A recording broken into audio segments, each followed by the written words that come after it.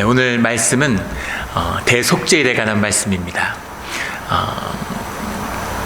욤, 학, 케페림이라고 하는 직역을 하면 보복의 날이죠.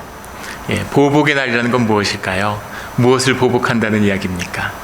우리 말씀 가운데 오늘 보복의 의미, 용서의 의미를 만나는 그런 복된 시간이 되기를 주의 이름으로 축원합니다. 오늘 16장, 레위기 16장의 말씀은 굉장히 깊은 말씀이죠.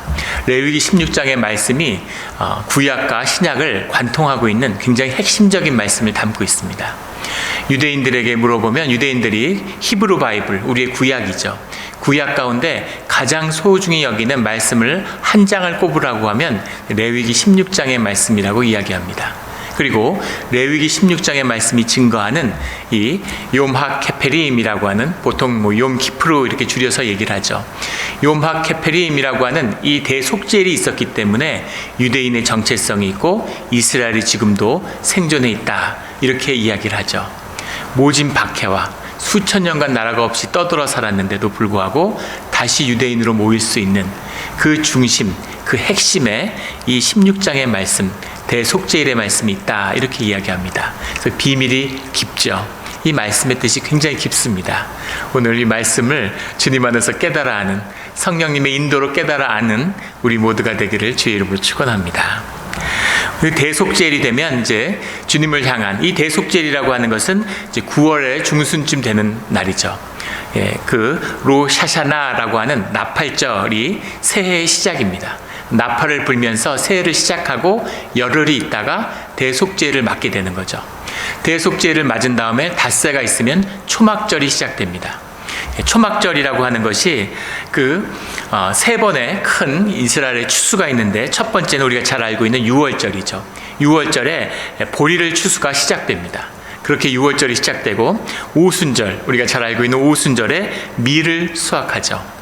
그리고 가을의 초막절에 석류, 포도, 무화과 이런 과일들을 전부 추수하는 것입니다. 그래서 우리의 추수 감사절에 해당하는 것, 그러면서도 새해의 시작이 초막절이죠. 대속죄를 겪은 다음에, 대속죄를 치르고 나서 초막절이라고 하는 새해를 여는 잔치를 시작하는 겁니다. 그래서 대속죄일은 해를 새롭게 하는, 새로운 한 해를 새롭게 맞이하는 새로움의 비밀이 대속죄일에 담겨 있죠. 욤학 케페림이라고 하는 것이 이제 복수로 되어 있는데, 사실은 나팔절부터 시작해서 열흘간의 기간을 지나서 대속죄일이 시작되는데, 그 열흘간이 용서의 기간이죠. 한 해를 돌아보면서 대속죄를 앞두고 본인이 용서해야 할 모든 것들, 화해해야 할 모든 것들을 이루는 시간이 주어진 열흘입니다. 후대에 가면 이 대속죄일의 모든 기간이 그 열흘을 다 포함하는 것으로 그렇게 받아들여졌죠. 그래서 복수의 날이 돼서 복수를 표현했다, 이제 이런 얘기도 있지만, 히브리어에 복수가 된다는 건 중요하다, 이런 뜻이 들어있습니다. 안식일 중에 안식일, 오늘 그 말씀 가운데 나오는 안식일 중에 안식일, 그래서 대속죄일의 중요성은 이루 말할 수가 없는 것이죠. 유대인들 가정, 뉴욕에 제가 있을 때도 보면 신기한 게, 이 대속죄를 앞두고 있으면 어른부터 아이까지 뉴욕 인구의 4명 중에 1명은 유대인들이니까, 저도 유대인촌에서 살았는데 유대인들이 재밌어요. 이렇게 아이들부터 어른들까지 이 대속죄를 앞두고서 굉장히 막 돌아다닙니다. 사람들을 찾아다니는데, 작은 무슨 과자 한 상자부터 통닭 한 마리라도 들고서 찾아가서 자기가 잘못한 게 있으면 용서를 구하고, 또 아이들까지도 무슨 막대사탕 하나를 들고서라도 찾아가서 자기가 용서할 건 용서하고 또 화해할 건 화해하는 그런 시간을 갖고 있는 것이죠.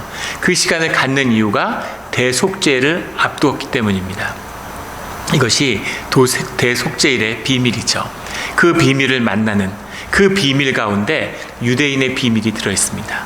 땅의 복을 받는, 땅을 다스리는 자의 복이 오늘 말씀 가운데 들어있는 것이죠.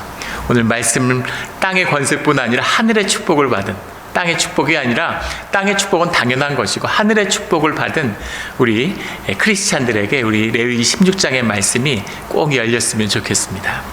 이 화해를 하는, 이 용서를 해야 되는 이유가 있는 것이죠. 그 의미가 대속죄일과 함께 시작되는 겁니다.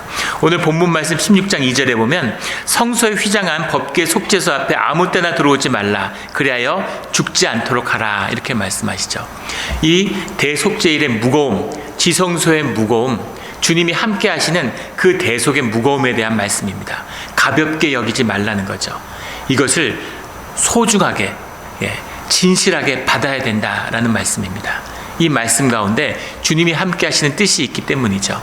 그래서 대제사장은 이 대속죄일이 앞두면 일주일 앞부터 격리에 들어갑니다. 아무도 만나지 않고 혼자 머물고 있는 것이죠. 금식을 하면서 일주일을 대속죄를 위한 준비에 들어갑니다.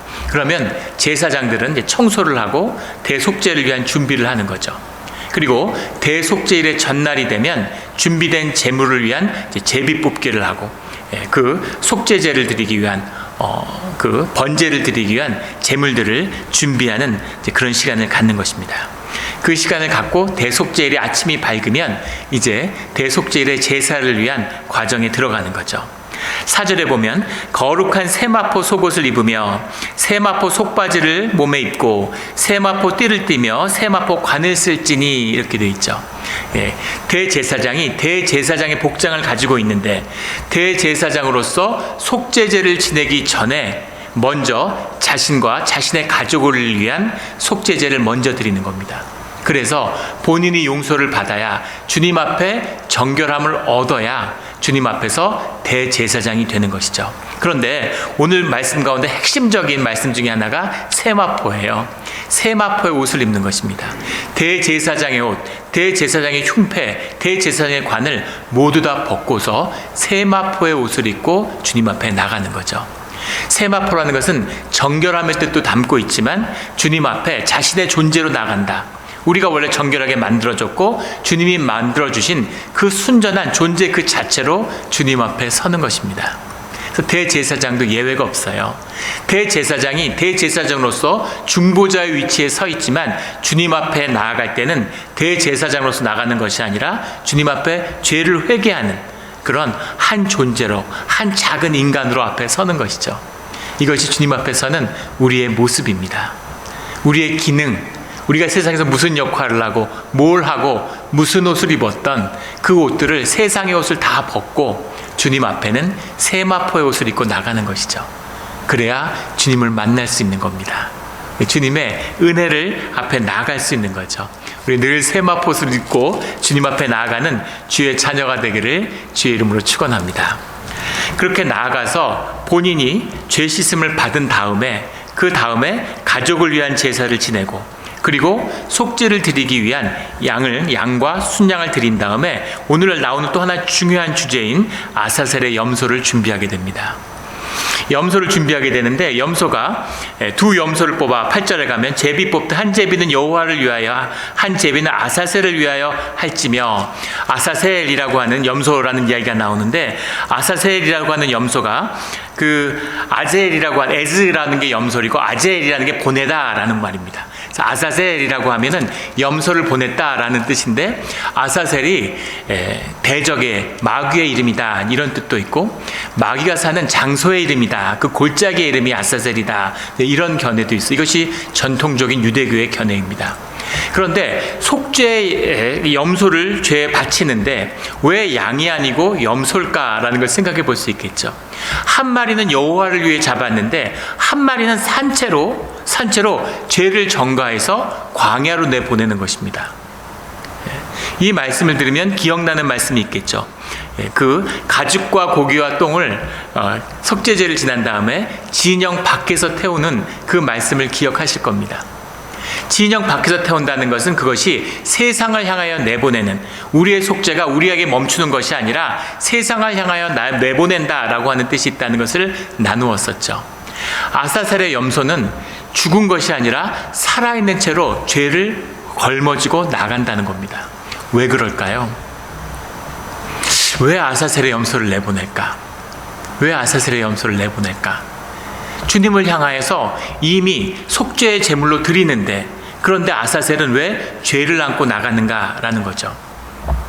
우리가 주님께 제사함을 받는다는 것, 이건 뭐 깊은 비밀이 들어있겠지만 우리가 주님을 위해서 제사함을 받는 우리의 죄에, 우리가 지은 죄에 제사함을 받는 주님의 구속의 뜻이 있지만 죄의 본질 가운데에서는, 주님에게서 벗어나 있는 하타라고 하는 본질 가운데에서는 이 세상 가운데 살아가는 공중의 권세 잡은 영이 역사하고 있는 이런 세상, 악이 관영하고 있는, 악이 흥왕하고 있는 세상 가운데 우리가 살아가고 있다는 그 뜻이 담겨 있는 것이죠. 하나는 우리 안에 있는 죄성을 향한 것이라면, 또 하나는 이 세상 가운데 있는 죄의 문제가 담겨 있다는 겁니다. 더 깊이 들어가면 이 아사셀의 양을 보내는 것이 이 죄의 책임을 다시 세상의 대적에게 돌리는 것이다 라는 뜻이 들어있다는 것이 전통적인 유대교의 해석이에요. 그런데 그 속에는 더 깊은 뜻이 들어있죠. 우리가 악한 세상에서, 악이 관영하는 세상 가운데 살아가고 있다는 겁니다. 악을 다스리는 것이죠. 가인에게 주님이, 가인이 첫 살인이 인간 가운데 일어났을 때 주님이 악을 다스려라 이렇게 말씀하십니다. 죄를 짓기 전에 말씀하신 것이 아니라 죄를 지은 다음에 그 죄와 악을 다스리라고 말씀하시는 거예요. 우리를 정결하라고 말씀하신 다음에 세상 가운데 더러움과 악 가운데 우리를 살아가게 하시는 겁니다. 그래서 우리 안에 있는 죄성을 다루시지만, 우리 안에 있는 죄를 용서하여 주시지만 동시에 세상 가운데 죄를 정죄하고 세상의 죄를 다스리는 것이 우리의 신앙의 삶의 한 부분이다라는 것을 말씀하고 있는 것이죠. 그래서 세상을 향해서 그 죄값을 보내는 겁니다. 우리의 죄를 세상 가운데 보내서 그 죄를 씻게 하시는 것이죠. 깊은 비밀이 들어있어요. 이 말씀이 깨달아 아는 성령의 인도하심이 있기를 원합니다. 그래서 죄악 가운데 살아가는 것입니다. 죄 속에서 살아가는 거예요. 양극화가 되고 기독교가 타락하니까, 그러니까 죄가 없다고, 구원파 같은 것이죠. 우리는 죄를 짓지 않는다고, 우리가 지은 죄가 아니라고. 그렇지 않죠. 그리고 우리가 구원받았는데, 우리가 죄사함을 받았는데 왜 이 죄악된 세상 가운데 살고 있는가 라고 하는 그 깊은 뜻, 우리가 하나됨, 우리의 자라남, 이 뜻, 대속죄를 맞이하는 깊은 뜻이 이 안에 있습니다. 죄에 대한 그 죄값을 우리에게도 주님을 향하여서 치르게 하시지만 생명으로, 동시에 세상을 향하여서도 주님이 그 죄값을 반드시 보복하신다라는 뜻이 들어있는 것이죠.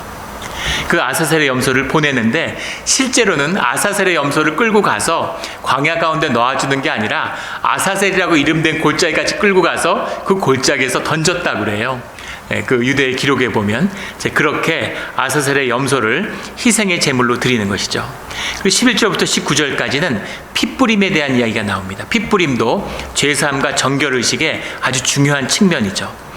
향로를 가져다가 향을 피워서 그 향이 올라가는 향으로 속죄소 위에 있는 그 지성소에 있는 그 법궤 위에 있는 그 뚜껑을 속죄소라고 하잖아요. 속죄소 위에 향을 올려서 향의 연기가 피어나고 있으면 그 앞에 나아갈 수 있다는 거죠. 그 앞에 나아가서 피를 뿌리는데 14절에 보면 속죄소의 동쪽에 뿌리고 또 손가락으로 그 피를 속죄소 앞에 7번 뿌릴 것이며, 그 피를 뿌리는데 오늘 피를 3번 뿌리게 되죠. 정결의 의식, 인간 가운데 있기 때문에 오염된 그것을 정결하게 하는 의식을 갖게 되는데, 지성소를 정결하게 하고 성막을 정결하게 하고 그 다음에 번제단을 정결하게 하는 것이죠. 그래서 안에서부터 피를 뿌리면서 그 정결함의 중심이 주님께 있다는 걸 보여주는 겁니다. 정결하게 하고 휘장을 닦고 나와서 정결하게 또 그 번제단을 정결하게 하고, 정결함의 의식이 밖에서부터 올라가는 것이 아니라 안에서부터 정결함이 밖으로 점점 퍼져 나오는 것을 보게 됩니다. 3번의 피를 뿌려요. 한 번은 속죄소 위에 뿌리고 그 다음에 7번은 그 주위에 뿌리는 것이죠. 손가락으로 뿌리고 이렇게 돼 있는데, 시작은 손가락으로 시작했겠지만 뒤에 가면 우슬초로 했다고 그러죠. 우슬초가 거기 제단에 있으니까 그것을 피에 담겨서 그 속죄소 위에 확 뿌리는 겁니다.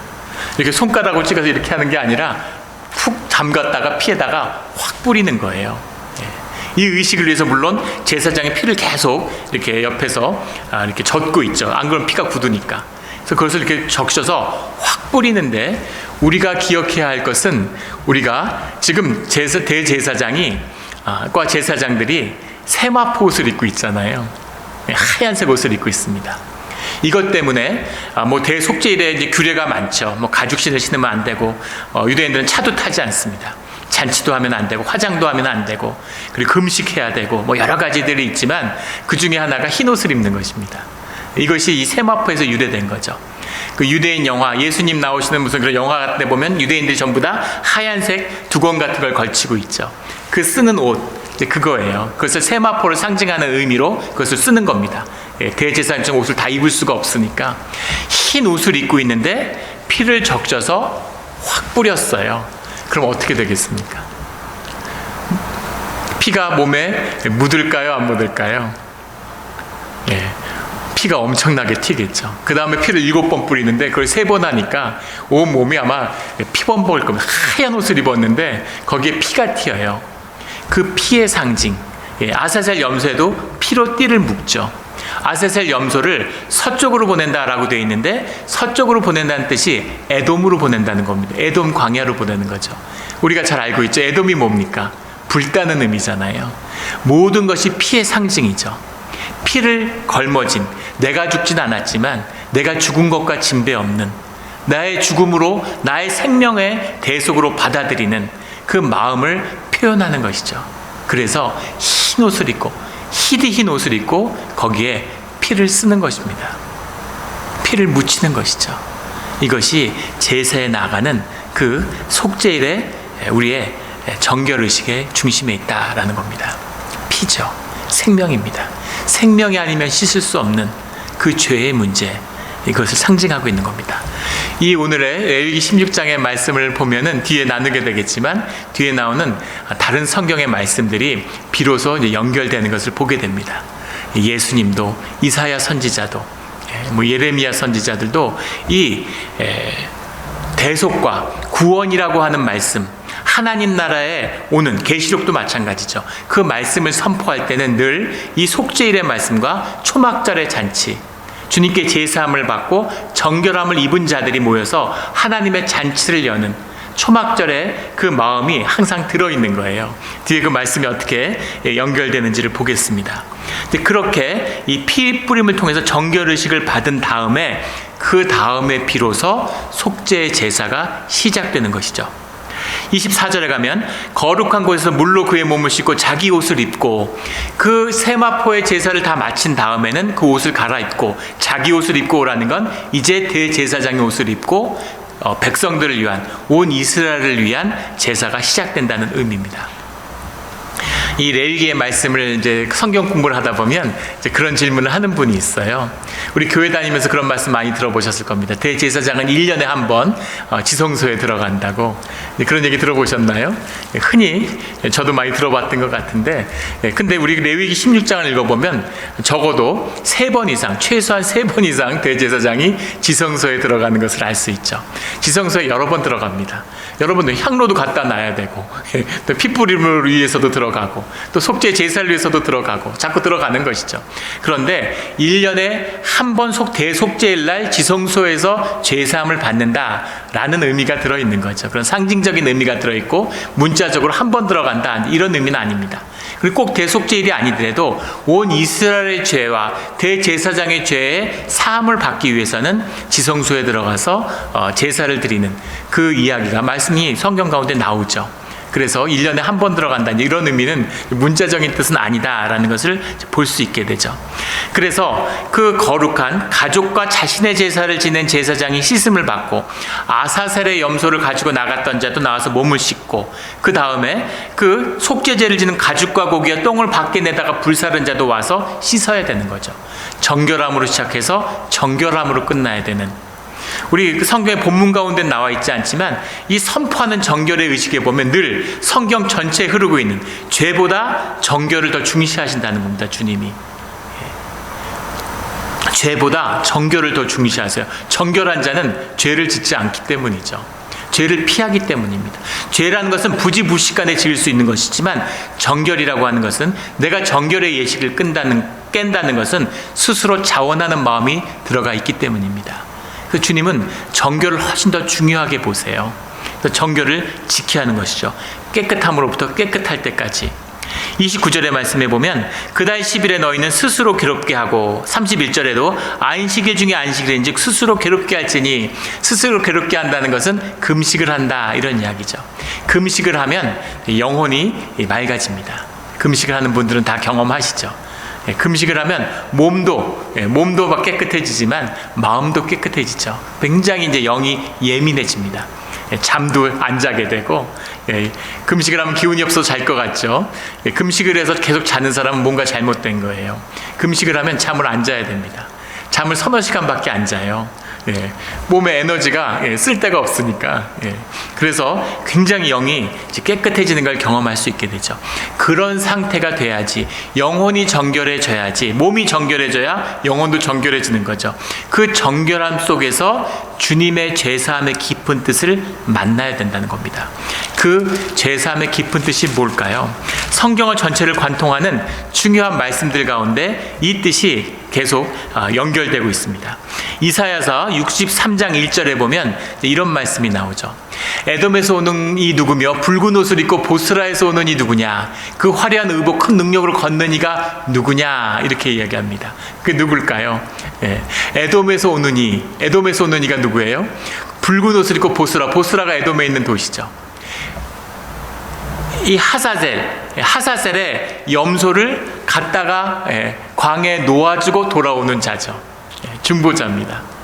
그래서 에돔에서 가서 놓아주고 돌아오는 것이죠. 에돔에서 오는 자는 누구며 붉은 옷을 입고 보스라에서 오는 자는 누구냐라는 말씀 가운데 들어있는 겁니다. 2절에는 이런 말이 나와요. 어찌하여 내 의복이 붉으며 내 옷이 포도즙 틀을 밟은 자 같으냐. 이제는 이 말씀이 와서 닿으시죠. 어째 내 의복이 붉으면, 의복이 왜 붉을까요? 세마포옷을 입었는데 피를 뿌렸기 때문입니다. 그래서 의복이 붉은 것이죠. 내 옷이 포도즙 틀을 밟은 자 같으냐. 포도즙 틀을 밟았다는 게 무슨 얘기일까요? 포도를 추수했다는 얘기입니다. 포도를 추수했다는 얘기가 뭘까요? 초막절인 것이죠.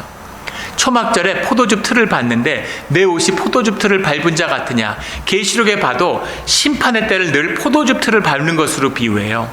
그래서 심판의 때가 초막절이라는 걸 알 수 있죠. 초막절에 주님의 심판이, 대속죄를 통해서 주의 자녀들이 속죄를 받은 다음에 죄에 대한 심판이 초막절에 임하는 것입니다. 초막절에 임하기 때문에 그것이 세상을 향해서는 심판이 되고 주의 자녀들을 향해서는 잔치와 축제가 되는 것이죠. 주님이 오셨으니까. 이 뜻이 담겨 있는 것이 내 옷이 포도즙 틀을 밟는 자 같으냐라는 이 말씀이죠. 우리 이어서 3절에 보면 만민 가운데 나와 함께한 자가 없이 내가 홀로 포도즙 틀을 밟았는데 만민 가운데 나와 함께한 자가 없이라는 이 말이 뭘까요? 대제사장이 속죄를 받아서 속죄제를 위해서 나올 때까지 그 대제사장과 함께하는 이가 아무도 없는 겁니다. 그 성막 안에, 그 지성소 가운데 아무도 함께할 수 없는 자리예요. 내가 속죄함을 받은 그 순간까지 나와 함께한 자가 없이라는 이 말씀은 주님 앞에 중보자로 산, 주님 앞에 중보자로 부름을 받은 왕 같은 제사장으로서 주님의 자녀의 모습을 상징하고 있는 거죠. 아무도 함께할 수 없는, 아무도 도와줄 수 없고 오직 주님과 내 안에서 주님의 속죄함을 내가 입어야 하는, 그것을 옷을 입어야 하는 그 말씀이 담겨 있는 거죠. 나와 함께한 자가 없이 내가 홀로 포도즙 틀을 밟았는데 라는 이 말씀입니다. 그래서 이 말씀은 레위기 16장을 봐야 통할 수 있는 말씀인 거죠. 계시록 19장 13절에 가면 이런 말씀이 나와요. 또 그가 피 뿌린 옷을 입었는데 그 이름은 하나님의 말씀이라 칭하더라. 그리스도의 표상이죠. 구원자가 오시는데 그가 피 뿌린 옷을 입었는데 하면 무슨 피 뿌린 옷을 왜 입었을까? 왜 피 뿌린 옷을 입었을까? 피 뿌린 옷을 입었다가 무슨 의미라는 걸 이제는 알죠. 레위기의 말씀을 받았기 때문입니다. 대제사장, 왕 같은 제사장인 것이죠. 피 뿌린 옷을 입었는데, 그리고 14절에 가면 하늘에 있는 군대들이 희고 깨끗한 세마포옷을 입고 백마를 타고 그를 따르더라. 희고 깨끗한 세마포옷을 입고 이 대속죄일의 제사 앞에 선 자들, 주님의 속죄함을 받은 자들, 그런 자들이 세마포옷을 입는 것이죠. 계시록 14장 18절에 가면 이런 말씀이 나옵니다. 또 불을 다스리는 다른 천사가 제단으로부터 나와 예리한 낫 가진 장을 향하여 큰 음성으로 불러 이르되 내 예리한 낫을 휘둘러 땅에 포도송이를 거두라. 그 포도가 익었느니라. 이렇게 말씀하시죠. 이 말씀도 초막절의 말씀인 것이죠. 포도가 익었다. 출수의 때가 되었다. 이 말씀은 대속죄일이라고 하는 고난의 기간, 나팔절 이후에 대속죄일이라는 이 땅의 고난의 기간을 너희가 지났다는 거죠. 그 고난, 스스로 괴롭게 하는 그 고난의 때를 너희가 살아남아서 이제 초막절이 됐기 때문에 수확의 때가 되었다. 그래서 낫을 휘둘러서 땅에 포도송이를 거두라. 주님의 열매를 보아라. 이런 말씀입니다. 19절에 이어진 말씀을 보면 천사가 낫을 휘둘러 땅에 포도를 거두어 하나님의 진노의 큰 포도주 틀에 던지매 이 땅에서 이루어진 모든 일에 대한 그 결과에 대해서 주님이 보복하시는 때가 시작된다는 거죠. 이것이 19절의 말씀입니다. 무서운 말씀이에요. 이 말씀의 뜻이 무엇이냐면 땅에 이루어지는 우리가 한 모든 삶에 대한 그 대가를 초막절에 치르게 된다. 이런 말씀이죠. 씨를 뿌린 자의 수확처럼 씨 뿌린 대로 거두게 되는데 이것은 과실의 수확뿐만이 아니라 땅에 포도를 거두었는데 진노의 포도주 틀에 던지매라는 건 주님이 우리 삶에 내가 지은 모든 자기들, 내 모든 업들, 내 모든 경험들, 내가 지은 모든 죄들에 대한 그 대가를 주님이 치르신다, 정산을 하신다라는 거죠. 마지막 때 우리의 삶의 모든 일들을 주님이 정산하면 우리가 어떻게 될까요? 그것을 정산하고도 플러스로 있는 사람이 있을까요? 무서운 것입니다. 그래서 이 주님의 때에 주님의 갚으시는 일이 일어나기 전에 그때 우리가 속죄일의 대속죄를 받아야 하는 것이죠. 속죄받지 않는 자들이 초막절에 잔치에 참여할 수 없는 겁니다. 초막절이 잔치가 되는 것이 아니라 재난이 되는 것이죠. 이것이 말씀의 참된 뜻입니다. 우리 그 추수감사절을 앞두고 여러 가지 교회 사건들이 있었습니다. 어려운 일들 당한 분들이 여러 분 계세요. 근데 신기하게도 매년 감사절을 앞두면 그런 일들이 있습니다. 마치 그 대적의 무리가 웃는 것 같이 그렇게 보이죠. 너희가 이런 일을 당해도 감사할 거야? 너희가 이런 일을 당하고도 주님 앞에 나가서 감사할 수 있어? 마치 이렇게 시험하는 것처럼 느껴집니다. 우리가 당하는 일, 우리가 당한 현상, 우리가 살고 있는 삶의 조건 가운데 우리 모두가 느끼는 마음이죠. 내 상황, 내 삶의 조건, 내 삶의 경험 속에서, 내 처지에서 정말 행복하구나, 정말 감사하구나, 이런 삶이 몇이나 되겠습니까? 내 삶의 자신을 돌아보면, 내 삶의 조건과 환경을 돌아보면, 나한테 일어났던 사건들을 돌아보면 다들 억울한 것이죠. 뭔가 이게 힘든 겁니다. 이것을 받아들이기가 어려워요. 예전에 교회에 한 집사님 부부가 있는데 그 와이프 집사님이 그런 얘기를 자꾸 하시는 거예요. 남편 따라서 미국 와서 정말 고생 많이 했는데 40년 전에 정말 그 남편 따라 미국만 안 왔으면, 그때 미국만 안 따라왔으면 그럼 얼마나 좋았을까, 이런 얘기를 자꾸 하시는 거죠. 그래서 제가 그런 말씀을 드렸어요. 그때 미국을 안 오셨으면 지금 어떤 말씀을 하고 계시냐면, 그때 미국만 갔으면, 남편 하자는 대로 미국에만 갔으면 얼마나 좋았을까, 이렇게 하고 계신다고. 내 삶의 자리를 받아들이지 못하는 겁니다. 내 삶의 자리를 받아들이지 못한다는 말은 무슨 말이 들어있냐면, 내 삶 가운데 내 삶의 조건을, 내 삶의 상황에 대해서 내가 용납하지 못하고 용서하지 못한다는 뜻이 들어있죠. 그것을 용서하고 용납하지 못하기 때문에 내 삶을 내가 보복하겠다라는 복수의 마음이 있는 거예요. 우리의 마음을 잘 들여다보십시오. 부모로부터 내가 원하는 충분한 사랑을 원하는 받은 사람이 단 한 명도 없습니다. 부모의 기대와 부모의 원하는 대로 충족하고 그렇게 성장한 사람도 아무도 없죠. 우리 마음 가운데는 무의식 가운데 그런 마음이 있어요. 내가 한번 보란듯이, 부모에게 보란듯이 내가 어떤 사람인지, 내가 얼마나 사랑받을 만한 사람이었는지를 보여주겠어, 이런 마음이 있는 거죠. 세상을 향해서, 친구를 향해서, 학교 때 선생님을 향해서, 내가 사랑을 받지 못했지만 그 사랑을 받을 만한 존재라는 것을 증명하고 싶은 그런 마음이 있는 겁니다. 심지어 부부 가운데에서도 나 우습게 보지, 내가 어떤 사람인지 내 성공해서 한번 보여주겠어, 이런 마음이 있는 것이죠. 내가 보복을 하려는 거예요. 내 삶에, 내 지나온 시간과 경험에 복수를 하고 싶은 겁니다. 우리말에 억울하면 출세해라, 이런 말이 있죠. 억울한 거예요. 내 처지가 너무 억울한 겁니다. 그래서 복수를 하고 싶어요. 그런데 문제는 뭐냐면 주님이 복수를 하셔야 되는데, 주님이 보복을 해야 되는데 내가 보복을 한다는 것이죠. 근데 주님은 너는 보복하지 마, 이렇게 말씀하는 거예요. 네가 보복의 잣대를 들고 있으면 주님이 보복할 수가 없는 것이죠. 주님이 보복을 하면 첫 번째 희생자가 나이기 때문입니다. 그래서 주님은 기다리실 수밖에 없죠. 우리를 사랑하시니까. 이게 우리 삶에서 일어나는 일입니다. 대속죄를 앞두고 용서의 의미, 다 용서하는 거예요.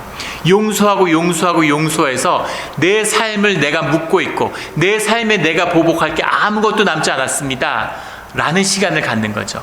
그 시간을 끝내고 나서 주님 앞에 이제 주님이 보복하십시오, 이렇게 하는 겁니다. 그래서 보복의 날이에요. 욤하 케페림, 보복의 날. 무엇을 보복하는 걸까? 주님이 우리 삶에 모든 것을 보복하는 겁니다. 그 삶에는 더 깊은 섭리의 뜻이 들어있어요. 내가 억울한 일을 당했는데, 내가 사업이 이렇게 됐는데, 내가 교통사고가 났는데, 내가 몸이 아픈데, 내가 이런 일을 당했는데 억울하죠. 그러나 그 모든 일이 내 가운데 일어난 것이 내가 주님 안에 있는 것이라면 주님이 내게 허락하신 겁니다. 주님이 허락하셨어요. 주님이 허락하셨다는 건 무슨 뜻이냐면 그 일들이 현상 가운데 내 삶의 일이 있는 그 깊은 깊이 속에서는 주님이 그것을 허락하신 뜻과 이유가 있다는 것이죠. 뜻과 이유가 있다는 건 무슨 말이냐면 내가 주 안에서, 주님 안에서 내 삶의 문제를 내가 눈으로 보기에는, 현상으로 보기에는 그것이 저주 같고 그것이 불운인 것 같고 악인 것 같고 나쁜 일인 것 같지만 그게 아니라 주님 안에서 축복이 되고 좋은 일로 바꿀 수 있는 가능성이 주 안에서 내게 있다는 겁니다. 내게 살아있다는 뜻이에요. 이것이 주님이 허락하신 섭리 가운데 일어나는 일입니다. 그래서 내가 용서하고 내 삶을 주님께 놓아드린다는 이야기는 아직 끝나지 않았다는 거예요. 내 삶의 가능성이, 모든 것을, 모든 돌을 금으로 바꾸는, 모든 저주를 축복으로 바꾸는 주님의 가능성이 주님 앞에서 남아있다는 거죠. 그거를 받아들이고 그 길을 여는 것, 그것이 우리가 용서받는 속죄의 의미고, 우리가 나를 용서하고 사람들을 용서하는 그 용서의 참된 뜻입니다. 그래서 용서하고 용서를 받아야 되는 것이죠. 그 용서를 받아야지만이 주님의 보복이, 주님의 반전이 우리 삶 가운데 시작되는 것입니다. 저주와 고난과 끊임없는 추방을 당하면서도 그 박대와 학대 속에서도, 그 억울함 속에서도 유대인들이 살아남아서 오늘날 세상을 지배하고 세상을 쥐락펴락하는 땅의 권세를 누리는 비밀, 그 비밀이 용서의 비밀인 것이죠. 하물며 땅의 축복이 아니라 하늘의 축복을 겸하여 받은 우리야 더 말해 무엇하겠습니까? 그 시작이 용서에 있는 것입니다. 오늘 대속죄의 깊은 비밀을 깨달아 삶으로 누리는 살아있는 우리의 믿음, 우리의 신앙이 되기를 주의 이름으로 축원합니다. 아멘. 함께 기도드리겠습니다.